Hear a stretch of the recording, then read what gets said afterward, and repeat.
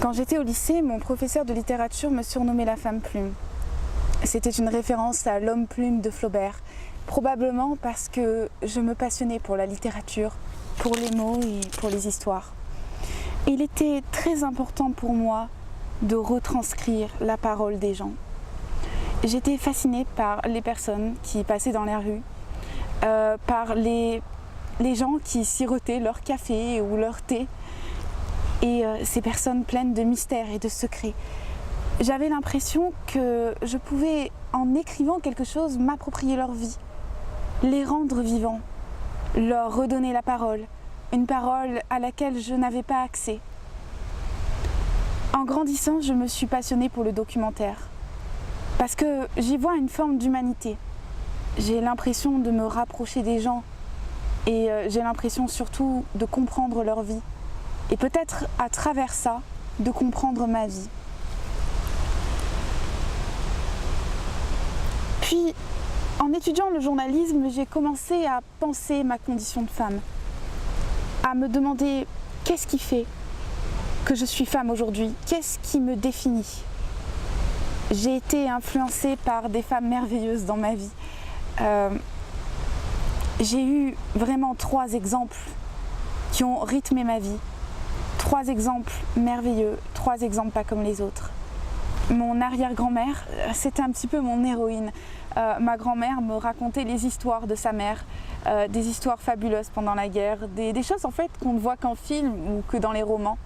Moi, mon héroïne, c'était pas un personnage de dessin animé, c'était un personnage réel. C'était cette petite femme en tailleur Chanel qui n'hésitait pas à courir dans les bois la nuit, dans les bois de Provence, pour pouvoir le lendemain matin être au marché noir et nourrir ses enfants. C'était une femme courageuse, une femme pas comme les autres. Une femme brillante, peut-être autoritaire, mais surtout une femme forte. Et c'est peut-être cette femme forte que j'ai toujours voulu devenir.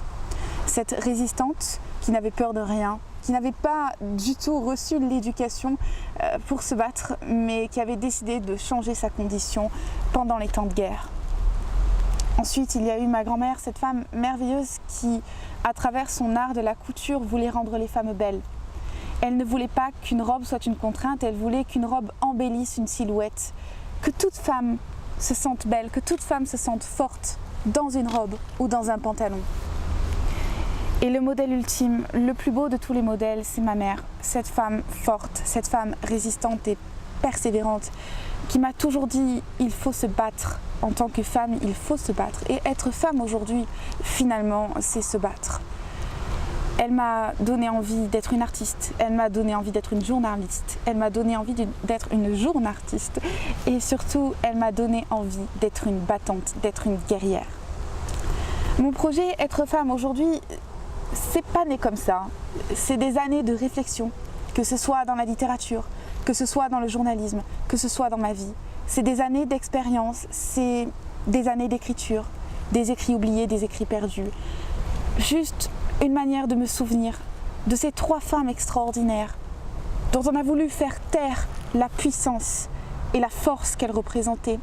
Je sais que le nom de mon arrière-grand-mère s'est perdu dans l'histoire parmi tant d'autres résistantes ou parmi tant d'autres femmes qui ont apporté leur contribution pendant la guerre. Et en fait, ça m'a traumatisée de me dire des membres de ma famille ont oublié mon arrière-grand-mère.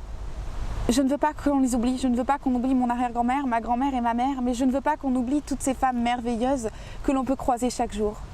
Alors, pour moi, être femme aujourd'hui, c'est libérer leur parole. C'est libérer la parole.